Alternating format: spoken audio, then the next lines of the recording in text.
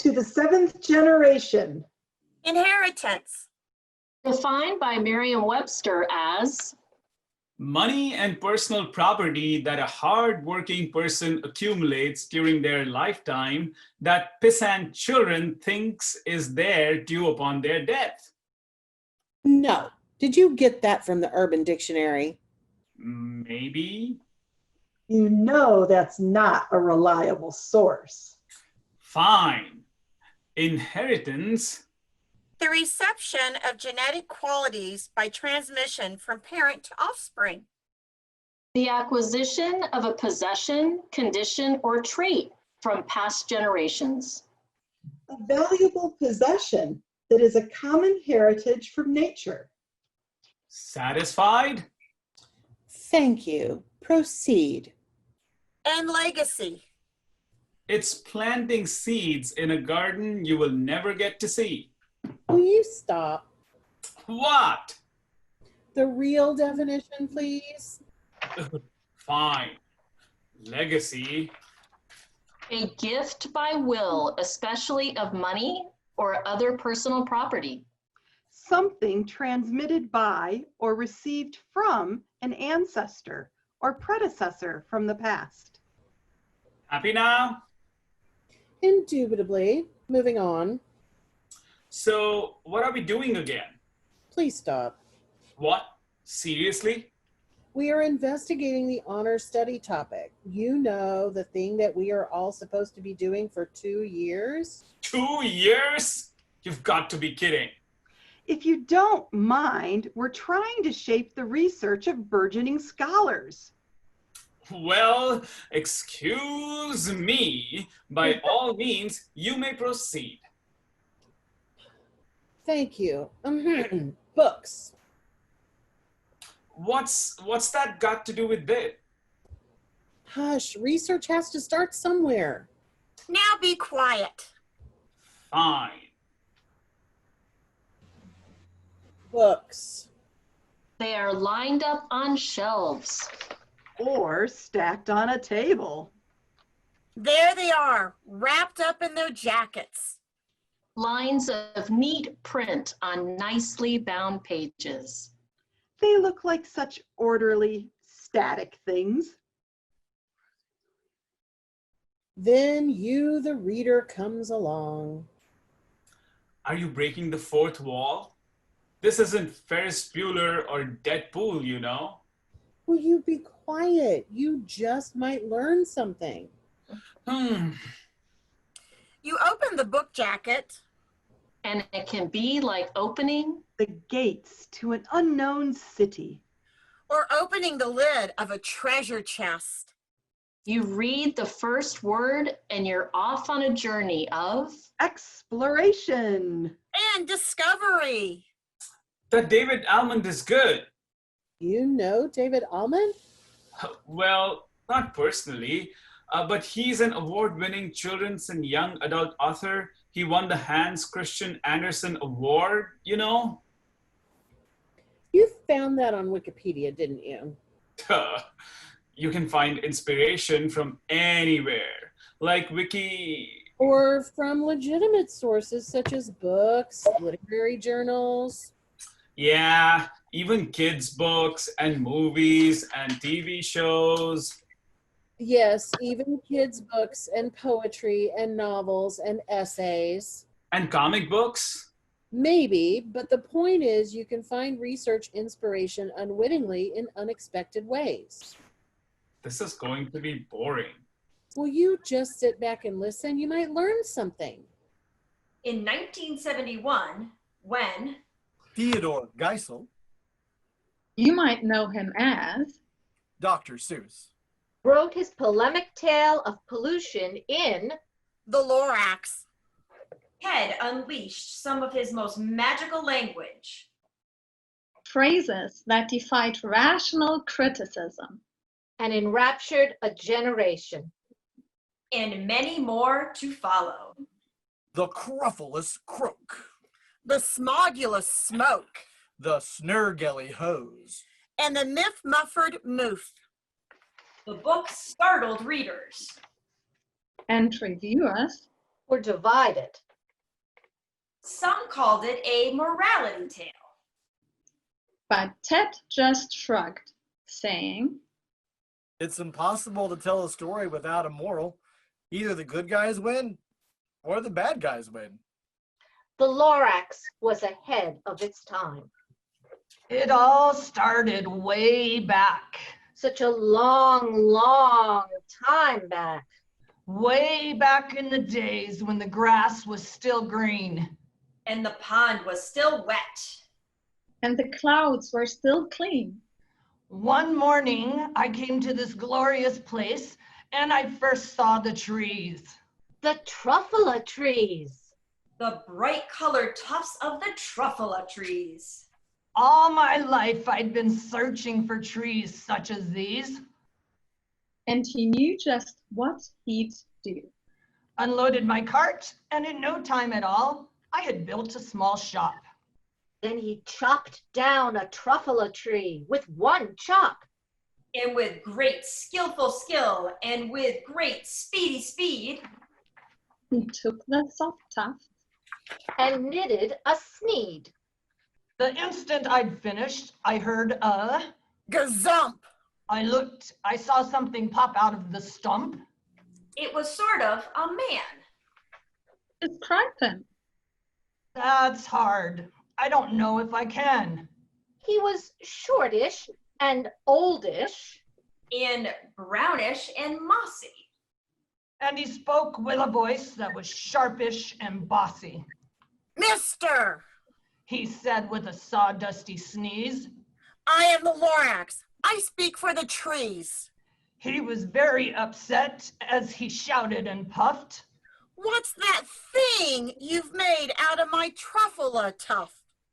Look, Lorax, He said, there's no cause for alarm. I chopped just one tree. I am doing no harm.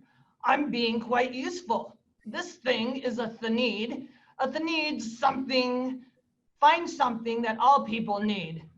It's a shirt. It's a sock. it's a glove. It's a hat. But it has other uses. Yes, far beyond that. The Lorax said, Sir, you are crazy with greed. There is no one on earth who would buy that full need. But the very next minute, I proved he was wrong. For just at that minute, A chap came along. And he thought that the need I had knitted was. Great. He happily bought it for $3.98. I laughed at the Lorax. You poor stupid guy. You can never tell what some people will buy. I repeat, Cried the Lorax. I speak for the trees. I'm busy, I told him. Shut up, if you please. he meant no harm. he most truly did not. But I had to grow bigger, so bigger I got. He biggered his factory. He biggered his roads. He biggered his wagons. He biggered the loads. I was shipping them forth. To the south. To the east, To the west. To the north. He went on right on biggering, selling more needs. And I biggered my money, which everyone needs. then again he came back. I was fixing some pipes when that old nuisance Lorax came back with more gripes. I am the Lorax. He coughed and he whiffed. He sneezed and he snuffled. He Once, snarled. He sniffed. Onceler. He cried with a crufulous croak. Onceler, you're making such smogulous smoke. Then he got mad. He got terribly mad. He yelled at the Lorax. Now listen here, Dad. All you do is yap, yap, and say bad, bad, bad, bad. Well, I have my rights, sir, and I'm telling you, I intend to go on doing just what I do. And for your information, you Lorax, I'm figuring on biggering and biggering and biggering. biggering and biggering, turning more truffle-a-trees into thneeds, which everyone Everyone Needs. And at that very moment, we heard a loud whack. Quack. From outside in the fields came a sickening smack. Then we heard the tree fall. The very last truffle-a-tree of them all. Now, all that was left beneath the bad-smelling sky was my big, empty factory. The Lorax. And I The Lorax said nothing. just gave me a glance. Just gave me a very sad, sad backward glance. And I'll never forget the grim look on his face when he hoisted himself and took leave of this place through a hole in the smog without leaving a trace. And all that the Lorax left here in this mess was a small pile of rocks with one word. Unless. Whatever that meant, well, I just couldn't guess. That was long, long ago. But each day since that day, I've sat here and worried away. Through the years, while my buildings have fallen apart, I've worried about it with all of my heart. But now, Said the onceler. now that you're here, the word of the Lorax seems perfectly clear. Unless someone like you cares a whole awful lot, nothing is going to get better. It's not. So, catch. Calls the onceler. He lets something fall. It's a truffle-a-seed. It's the last one of all. Plant a new truffula. Treat it with care. Give it clean water. And feed it fresh air. Grow a forest. Protect it from the axes that hack. Then the Lorax and all of his friends may come back. Theme 2, natural and constructed environments. To what extent are natural and constructed environments fluctuating? And how can we intentionally interact with them to affect our legacy? Theme 3, trade, craftsmanship, and industry. How have inherited practices of trade, craftsmanship, and industry shaped our world? And what legacies will we inspire? Theme 6, perceptions of progress. How do inherited understandings of progress guide the future? Wait. What? I'm supposed to be inspired by Dr. Seuss? You're kidding, right? Absolutely not. I can create a genuine research question from that glorious work of art. It's a kid's book. It's brilliant. Fine. Example, please. Well, how about this? What is the legacy of industry and its need for transportation and its impact on forests in Ohio? Not bad. But why Ohio? Research questions are best when they are specific and relevant to you. You're from Ohio? Moving on. You're not, are you? Next. Zora Neale Hurston knew how to make an entrance. On May 1st, 1925, at a literary awards dinner sponsored by Opportunity magazine, The earthy Harlem newcomer turned heads and raised eyebrows as she claimed 4 awards. A second place fiction prize for her short story, Spunk. and a second place award in drama for her play, Colorstruck. And 2 honorable mentions. Lest anyone forget her, Hurston made a wholly memorable entrance at a party following the awards dinner. She strode into the room, jammed with writers and artists, patrons, black and white. And flung a long, richly colored scarf around her neck with dramatic flourish. As she bellowed a reminder of the title of her winning play. struck. By all accounts, Zora and Neale Hurston could walk into a room full of strangers. And a few minutes and a few stories later, leave them so completely charmed that they often found themselves offering to help her in any way they could. Born on January 7th, 1891, in Nottawga, Alabama. Hurston moved with her family to Eatonville, Florida, when she was still a toddler. Her writings reveal no recollection of her Alabama beginnings. For Hurston, Eatonville was always home. Established in 1887, the rural community near Orlando was the nation's first incorporated Black township. It was, as Hurston described it, city of 5 lakes, 3 croquet courts, 300 brown skins. 300 good swimmers, plenty guavas, 2 schools, and no jailhouse. In Eatonville, Zora was never indoctrinated in inferiority. She could see the evidence of Black achievement all around her. She could look to town hall and see Black men formulating the laws that governed Eatonville. She could look to the Sunday schools of the town's 2 churches and see Black women directing the Christian curricula. She could look to the porch of the village store and see Black men and women passing worlds through their mouths in the form of colorful, engaging stories. Hurston's idyllic childhood came to an abrupt end when her mother died in 1904. Zora was only 13 years old. That hour began my wanderings. She later wrote, not so much in geography, but in time. Then not so much in time as in spirit.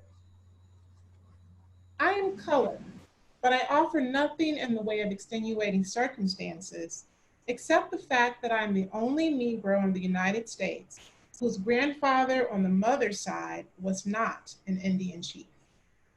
I remember the very day I became colored. Up to my 13th year, I lived in the little Negro town of Eatonville, Florida. It is exclusively a colored town. The only white people I knew passed through the town going to or coming from Orlando. The native whites rode dusty horses. The northern tourists chugged down the sandy village road in automobiles. The town knew the Southerners and never stopped cane chewing when they passed. But the Northerners were something else again. They were peered at cautiously from behind curtains by the timid. The more venturesome would come out on the porch to watch them go past and got just as much pleasure out of the tourist as the tourist got out of the village. During this period, white people differed from colored to me only in that they rode through town and never lived there. They liked to hear me speak pieces and sing and wanted to see me dance the Parsimony Lot and gave me generously of their small silver for doing these things, which seemed strange to me, for I wanted to do them so much that I needed bribing to stop. Only they didn't know it. The colored people gave me no dimes. They deplored any joyful tendencies in me, but I, as their Zora, nevertheless, I belonged to them, to the nearby hotels, to the county, everybody's Zora. But changes came in the family when I was 13, and I was sent to school in Jacksonville. I left Eatonville, the town of the oleanders, as Zora. When I disembarked from the riverboat at Jacksonville, she was no more. I was now a little colored girl, in my heart as well as in the mirror. I came a fast brown warranted, not to rub nor run.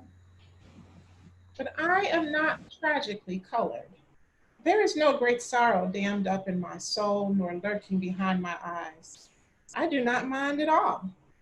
I do not belong to the sobbing school of Negrohood, who hold that nature somehow has given them a low-down dirty deal, and whose feelings are all about it. Even in the helter-skelter skirmish that is my life, I have seen that the world is to the strong, regardless of a little pigmentation, more or less. No, I do not weep at the world. I am too busy sharpening my oyster knife. At certain times, I have no race. I am me. When I set my hat at a certain angle and saunter down 7th Avenue, Harlem City, feeling as snooty as the lions in front of the 42nd Street Library, for instance.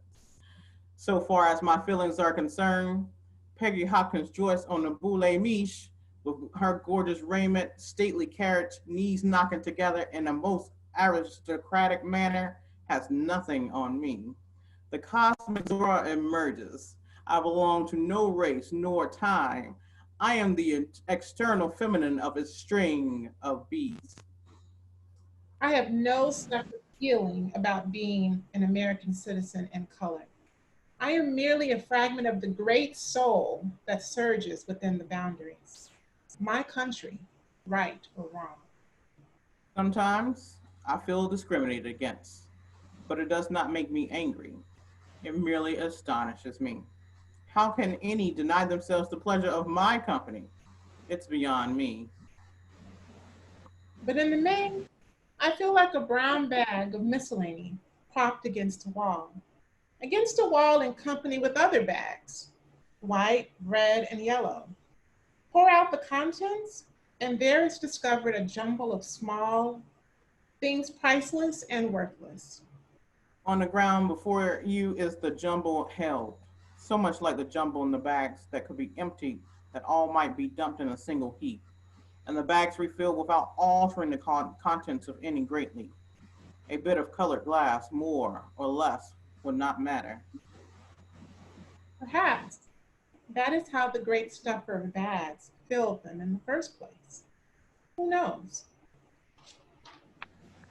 Theme 1, the heirs of our ways. How do we acknowledge our inheritance and support children in ways that promote humanity's greatest potential? Theme 4, expressions of truth. In what ways do inherited expressions of truth build lasting legacies? Thank you. Or what?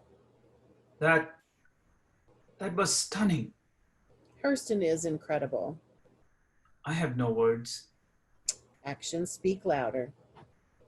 Coraline has all the elements of a great story. A brave heroine. A magical world. A talking cat. Some absent parents. And a crazy kidnapper who impersonates people's moms in order to steal their souls. Okay, so that last part is kind of bizarre. In fact, the entire book is pretty weird. But this shouldn't surprise you. It was written by Neale Gaiman, after all. The British author actually wrote Coraline for his daughters. Best dad ever. He wanted to give his daughters a fun and scary story about a cool female heroine. Check, check, and check. Coraline is a story of bravery. Coraline's bravery might be the epic fairy tale kind. She does fight monsters after all. But Coraline teaches us that bravery comes in all forms. Coraline reminds us that we don't need to ride a BMX over a box jump. Or poke a raccoon with a stick to be brave. Bravery can be much more everyday occurrence. No matter what it is, if we do it, we'll gain confidence and feel better about ourselves after. Just like Coraline did. When I was a little girl, said Coraline to the cat. When we lived in our old house a long, long time ago, my dad took me for a walk on the wasteland between our house and the shops. It wasn't the best place to go for a walk, really. There was all these things that people had thrown away back there. Old cookers. And broken dishes. And dolls with no arms and no legs. And empty cans and broken bottles. Mom and Dad made me promises not to go exploring back there, but I kept telling them I wanted to go explore it. So one day my dad put on his big brown boots and his gloves and put my boots on me and my jeans and sweater, and we went for a walk. We must have walked for about 20 minutes when my dad suddenly said to me, Coraline, run away, up the hill, now! he said it in tight sort of way, urgently, so I did. I ran away up to the hill. Something hurt me on the back of my arm as I ran, but I kept running. As I got to the top of the hill, I heard somebody. Thundering up the hill behind me, It was my dad. charging like a rhino. When he reached me, he picked me up in his arms and swept me over to the edge of the hill. And then we stopped and we Puffed and panted. looked back down the gully. The air was alive with yellow wasps. We must have stepped on a wasp's nest and a rotten branch as we walked. And while I was running up to the hill, my dad, Stayed and got stung. to give me the time to run away, his glasses. Had fallen off when I ran. I only had one sting on my back of the arm. He had 39 stings. All over him. The black cat. And to wash his face and whiskers in a manner that indicated increasing impatience. Coraline reached down. and stroked the back of its head and neck. The cat stood up, walked several places, until it was out of her reach. Then it sat down and looked up at her. So, said Coraline, later that afternoon, my dad went back again to the wasteland. To get his glasses back, he said, If I leave it another day, I wouldn't be able to remember where they'd fallen.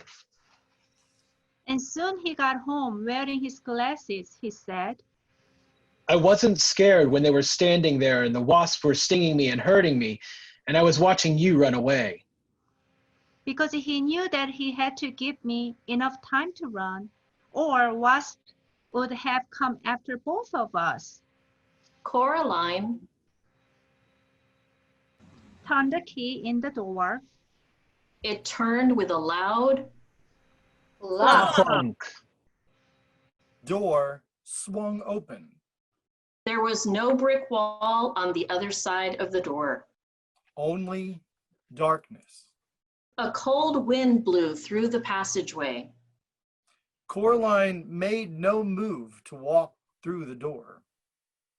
And he said, That wasn't brave of me, doing that. Just standing there and being stung. Said Coraline to the cat. It wasn't brave because he wasn't scared. It was the only thing he could do. But going back again to get his glasses when he knew the wasps were there, when he was really scared, that was brave. She took her first step down the dark corridor. She could smell dust and damp and mustiness. The cat added along beside her. And why was that? Asked the cat. Although it sounded barely interested. Because, she said, when you're scared but you will still do it anyway, that's brave. Theme 4, Expressions of Truth. In what ways do inherited expressions of truth build lasting legacies? Theme 5, Resistance, Reform, Rebellion, Revolution. What have we learned from the inherited effects of resistance, and what legacies can we envision? Seriously? What? I'm supposed to be inspired to do research from creepy young adult horror? Why not? It's young adult fiction. Come on. You can find research inspiration anywhere. Right. Just what kind of research question are you going to ask from that? Challenge accepted. How about, how have our inherited concepts of bravery and heroism impacted our understanding of the experience of military personnel post-deployment. You're good. Moving on. Born to be posthumous. The eccentric life and mysterious genius of Edward Gorey. Written in sprightly dactylic couplets. The Gashly Crumb Tinies is a mocking abecedarium. Steeped in the Gothic aesthetic. And the real-life horrors of the penny dreadful. It purports to teach children their ABCs. Through the unhappy, but often hilarious, ends of 26 lugubrious-looking children. Tinies was inspired, said Gorey, by those 19th century cautionary tales. I guess, though my book is punishment without misbehavior. The Gashly Crumb Tinies broaches the subject of death in a children's book. Or at least is what looks like a children's book. And it did so at a time when the little golden books, which dominated kinder culture, were serving up a steady diet of treacle and mush. Seen in that light, it really does offer moral instruction after all. Gorey's gift to his youngest readers is a book of ABCs that uses a variation on that schoolyard staple. The dead baby joke. To teach them that death is a part of life. You've got to be kidding. The Gashly Crumb Tinies. By Edward Gorey. A is for Amy who fell down the stairs. B is for Basil, assaulted by bears. C is for Clara, who wasted away.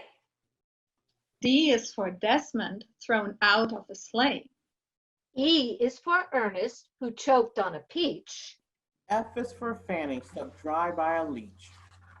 G is for George, smothered under a rug. H is for Hector. Done in by a thug. I is for Ida, who drowned in a lake.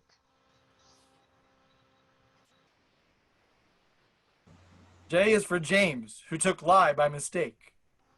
K is for Kate, who was struck with an axe. L is for Leo, who swallowed some tacks. M is for Maud, who was swept out to sea. N is for Neville, who died of ennui.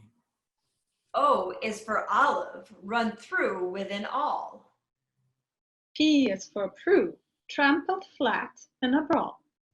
Q is for Quentin, who sank in a mire.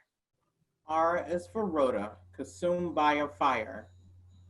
S is for Susan, who perished of fits. T is for Titus, who flew into bits. U is for Una, who slipped down a drain. V is for Victor, squashed under a train. W is for Winnie, embedded in ice.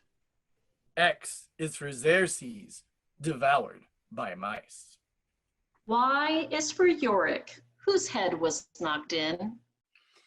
Z is for Zilla, who drank too much gin. Theme 4, Expressions of Truth. In what way do inherited expressions of truth build lasting legacies? Theme 7, Life and Death. How do narratives of life and death inspire commitment to preserving inheritances and building legacies? Brilliant. What? I thought you doubted the validity of the piece. Oh, I do. But this, guys, is macabre as hell.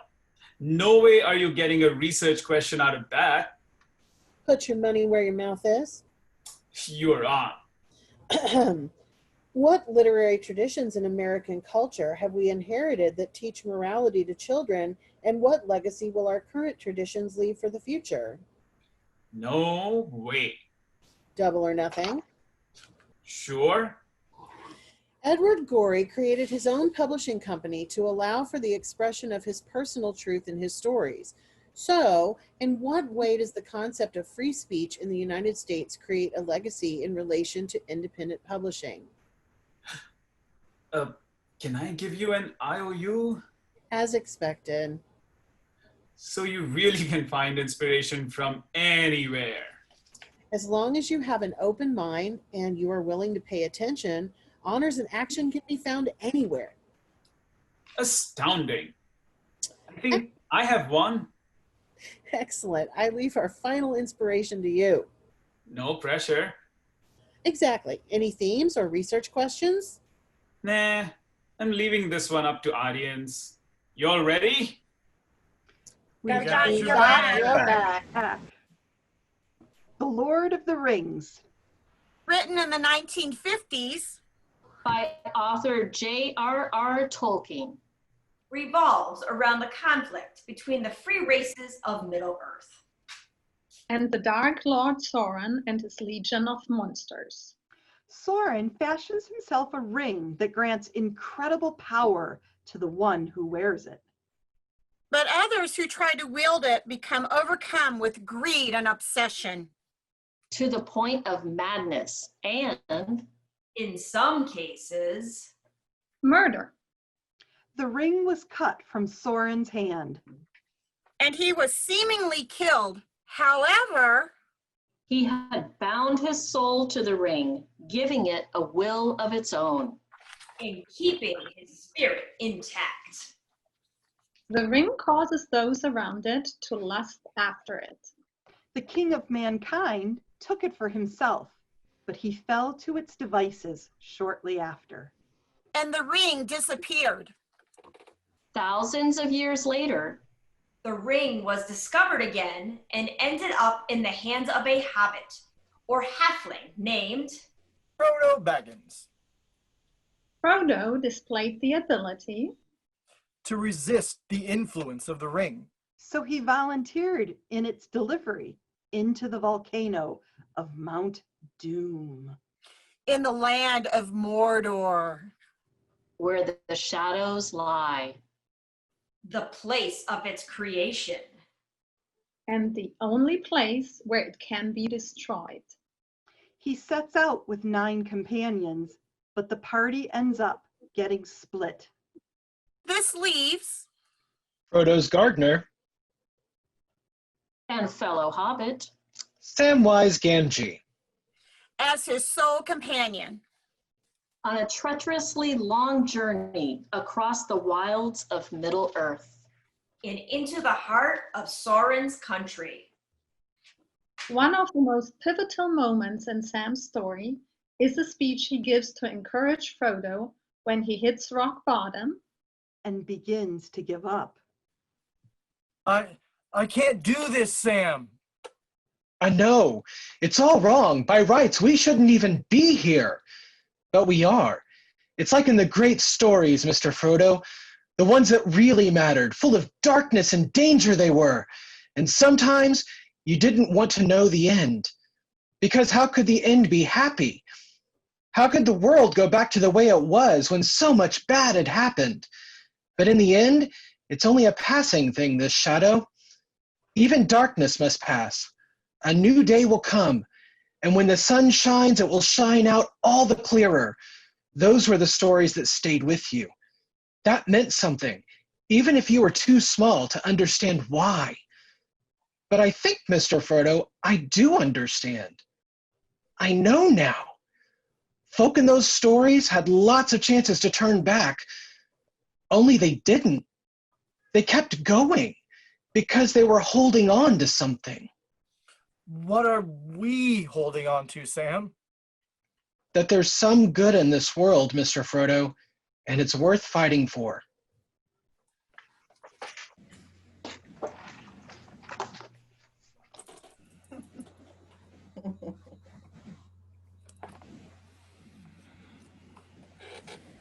Thank you so much, everybody. For those of you who are joining us today, and we're really excited to have such a large group of you, I do want to thank some of the people who have been working very hard on this particular this particular Readers Theater performance. So let me say first, thank you to Steve Fritz and Joe Fritz, who served as our directors of the Readers Theater. And thank you to Joe and Steve and Dr. Rosie Banks and Jackie Pierce, who served as the writers. I've seen some things in the chats and people are wondering, how did they come up with these ideas? You're going to have a chance to ask them questions in just a minute, because the people you're seeing on the screen are the creative geniuses behind all of this. And then also our Honors Institute players. You are looking at all former and present day and future faculty scholars who are the performers. So Dr. Rosie Banks, Michelle Coach, Barbara Ebert, Joe Fritz, Steve Fritz, Matthew Herman, Dr. Carrie Kaler, Rahul Kane, Dr. Kelly Kennedy Everett, Connie Lamarca Frankel, Kismet Lofton Bell, Dr. Inhay Peterson, Jackie Pierce, and Amy Winters. So bravo to all of you. This is wonderful. I'm going to open up, stop sharing and open up the questions. If you'd like to put a question in the chat box or in the Q&A period, I'm going to turn this over to Steve and Joe Fritz to, and the cast to answer any questions that you've got. I am looking at chat to try to see what's going on. All right. Do we have any questions or comments? I can tell you while I'm kind of watching to see if anything comes across that as we were preparing for this, what we looked at was the honor study topic. Joe and I have a belief that you can find honors in action pretty much anywhere. And some of our favorite locations are randomly the History Channel and the Smithsonian Channel, National Geographic Channel. All of these things, we are big fans of history, of Mysteries at the Museum, and all of these kind of interesting shows that give you these interesting takes on history. So we find a lot of those things there. With this one particularly, because I'm watching to see if anybody's asking anything, we wanted to demonstrate that we could find honors in action in things even as weird as Edward Gorey's The Gashley Crumb Tinies.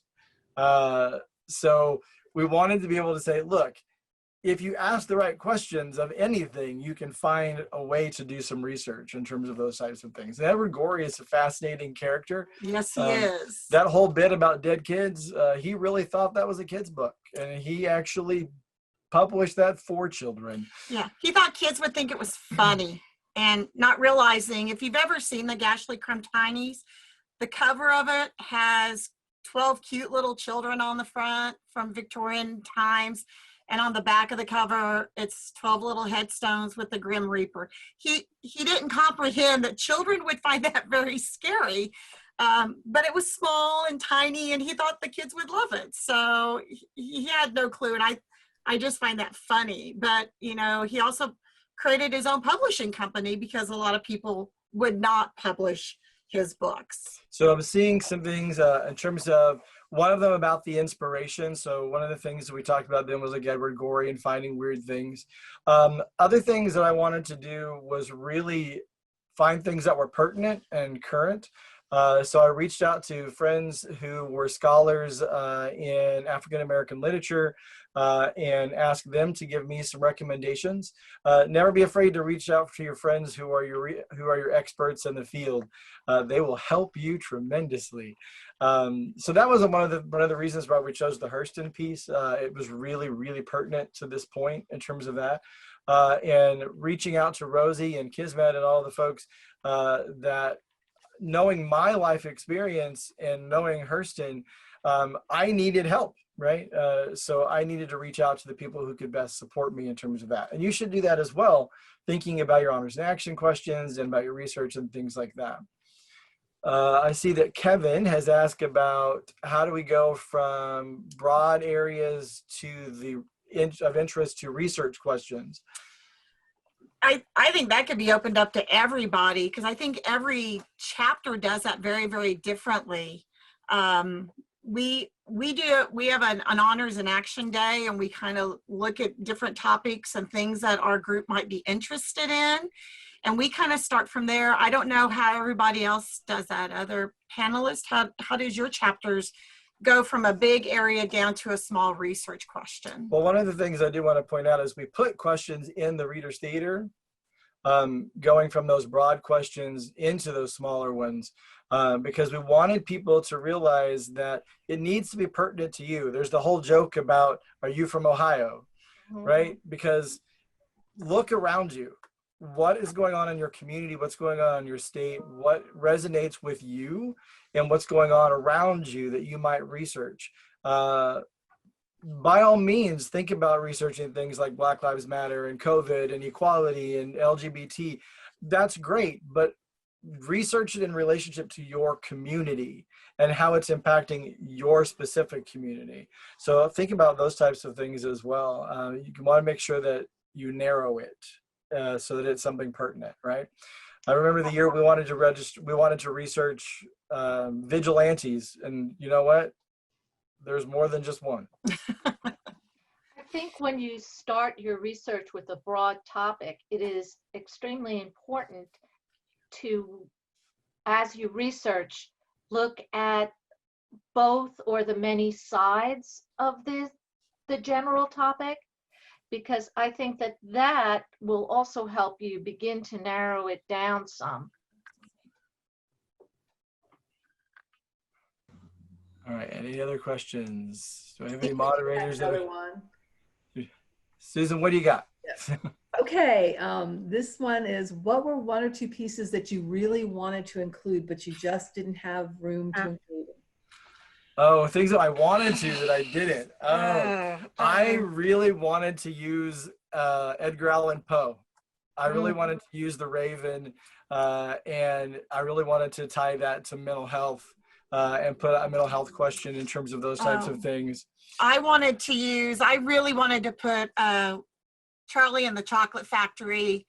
I wanted to do that last scene where Willy Wonka is handing over the chocolate factory to a child, to Charlie. I wanted to use that for that inheritance. And yeah, there was just so many things. When we first started, our stacks of books were huge. And we're like, okay, we can't use all of this. So we really went with the ones that we felt that we could create those really good questions from. But at the same time, we're very different, when you're going from something very, very, something like the Lorax. I think when we talk about, when you're talking about the world and nature and all that, I mean, Dr. Seuss was very ahead of his time when he wrote that book. But in today's society, I think it's a very powerful book. And I think sometimes people overlook children's books as, they're for kids, but that has a huge, huge meaning for adults as well.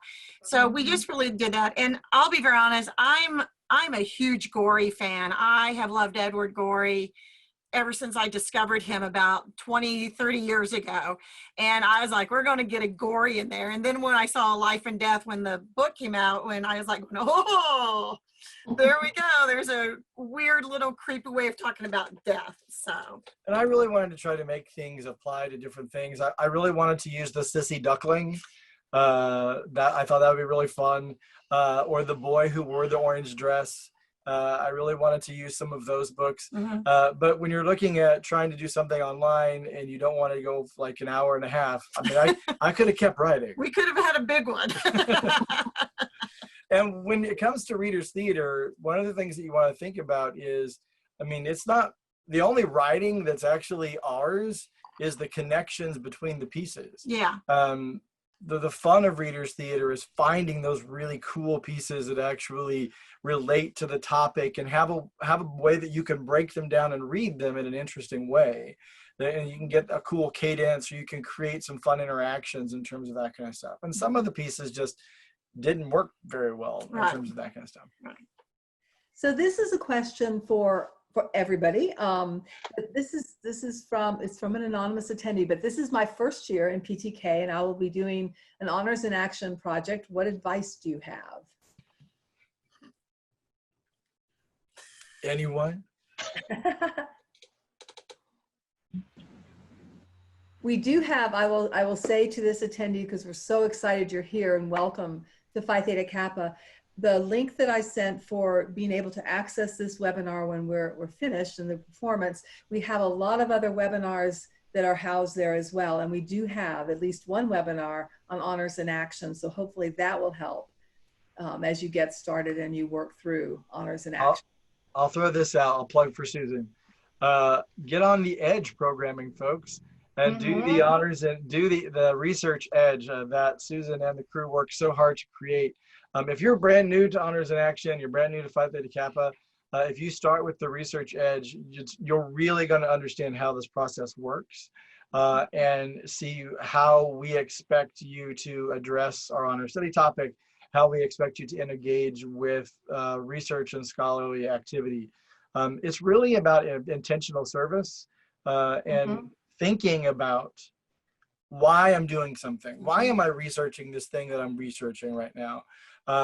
All great researchers had some weird interest in something that took them to publication and fame and all that wonderful stuff.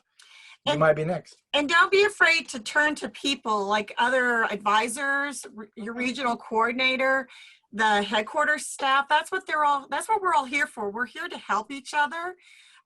So don't be afraid to reach out to people. We've had people from across, friends and stuff that have contacted us and said, what do you think? We've asked our friends across the world saying, what do you think about things?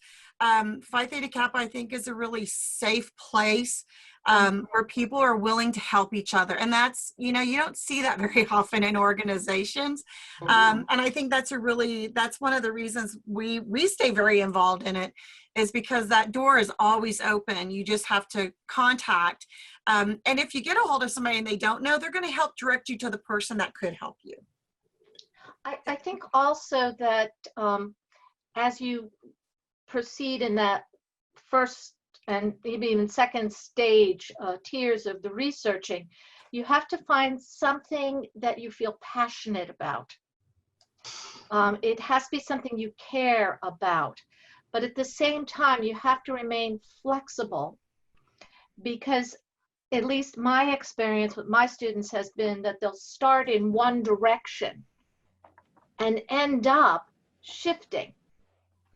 They have to be flexible because I think you just have to stay flexible, and it's important to listen to everyone. If you're fortunate to have a large, robust group of people, that is essential, because you want to have everybody commit to the final, focus. But it's important to listen to others, to bring them in, because no one has the corner on the right way to do things, or the knowledge, or how to go. Passion and flexibility. And use the resources at your school. Go to the librarians, go to your learning lab, go to your language arts teachers, or if you don't understand something and it's science related, pull in that faculty. They love that stuff, and that will be a big help. If I could, I was just going to throw in there as well, something that we found helpful, at least the first time we did a project as a chapter, getting our campus administrators involved from day one. Absolutely. Where they can, because they will tell you what they need information on. They will tell you if there's something the campus needs to learn about. That's a good way to get your chapter to be more involved in the progress of your campus, as well as learn something bigger. So, and it becomes your chapter's legacy. And I know, Carrie, I think you've got a copy of the honors program guide to share. Oh, it's appearing in my virtual screen. But yes, in addition to Research Edge, look at your honors in action guide. It's online. And then when you need more inspiration, look up Civic Scholar, because Civic Scholar shows you examples of award-winning projects. And not to worry about being an award-winning project, especially in your first year, but at least you'll know what it is that chapters have done that have been successful. Also remember that we created, for the first time ever, online, there is an honors study guide workbook. We actually created something you can print off and you can walk through the entire honors and action process step by step. You can write on it, you can make notes. It's got helpful tips along the side. So please check that out.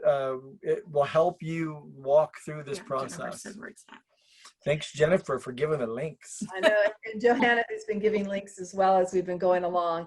I'd be remiss if I didn't say that you will see this group again, and I'm in a second going to ask Joe and Steve to give a preview of the 2021 Honors Institute Readers Theater performance. But I'd also be remiss if I didn't say that this incredible group of faculty scholars were really game about doing this. And it was Kismet Lofton Bell who emailed me and said, hey, let's do a play. What she really said was, hey, well, is it possible? Could we do this virtually? Do you think it would happen? And we asked Joe and Steve and the faculty scholars, and they said yes. So I like to tease that you don't have to be a ham to be a faculty scholar, but it doesn't hurt. We thank Susan for allowing us to be able to do this. Yes. Filling the large shoes of Steve Schroeder, who we lost this past year, who this was his kind of job with Phi Theta Kappa. And he taught us how to do it for one of our honors and action projects. And we really wrote this one in honor of him. And we're so excited that he was a big Broadway dude. I feel like it. It's really weird. It's weird. But that's how we are. We're weird. Thank you, Joe and Steve. Thank you to all of the Honors Institute players. You're going to see them again in not too distant future. And thank you to all of you who joined us today. We really appreciate it. We hope that this helps as you embark on your honors and action projects, or if you just needed to have some fun today, looking to the 7th generation inheritance and legacy. We hope to see you in person soon. Bye.